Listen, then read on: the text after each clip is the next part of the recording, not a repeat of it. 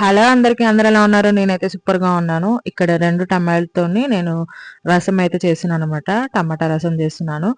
ఈజీగా, సింపుల్‌గా ఒక 10 మినిట్స్‌లో మనకైతే రెడీ అయిపోతుంది. అప్పటికప్పుడు చేసేసుకోవచ్చు.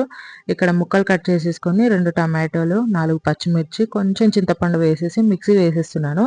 మిక్సీ వేసేసిన తర్వాతకి దీన్ని ఒక బౌల్‌లోకి తీసుకోవాలి. చూడండి, ఇలా మిక్సీ అయిపోవాలనమాట. మనం ఏ గిన్నెలో అయితే చారు పెట్టుకుంటున్నామో ఆ గిన్నెలకి ఈ మిక్సీ పట్టుకుంది మొత్తం వేసేసి, ఆ మిక్సీ జార్లో ఇంకొంచెం వాటర్ వేసి కొంచెం నీళ్ళలా ఉండేటట్టు పెట్టేసుకొని స్టవ్ పైన ఒక 10 మినిట్స్ మనం మరగనిస్తే సరిపోతుందనమాట.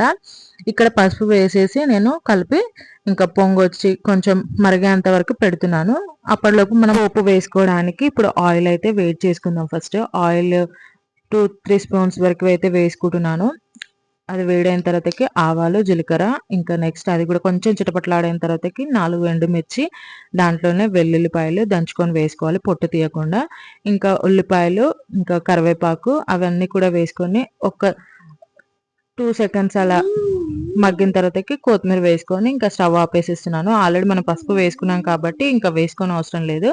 ఇక్కడ మొత్తం మిక్స్ చేసేసి ఒక 2 మినిట్స్ మరగనిస్తే సరిపోతుంది. చూడండి ఎంత బాగుంటుందో టేస్ట్. చాలా చాలా బాగుంటుంది. నేను సాల్ట్ ఫస్టే వేద్దాం అనుకున్నాను, మర్చిపోయి లాస్ట్‌లో వేశాను. సాల్ట్ వేసిన తర్వాతకి మరొక 1 మినిట్ అలా కుక్ చేస్తే సరిపోతుందనమాట. మరిగితే సరిపోతుంది. టేస్టీగా యమ్మీగా ఉంటుంది చారు. ఇంకా లాస్ట్‌లో కొంచెం కొత్తిమీర వేసుకుంటున్నాను. ఇంకా స్టవ్ అయితే ఆపేస్తున్నాను. వేడి వేడి అన్నంలోకి చాలా చాలా బాగుంటుంది.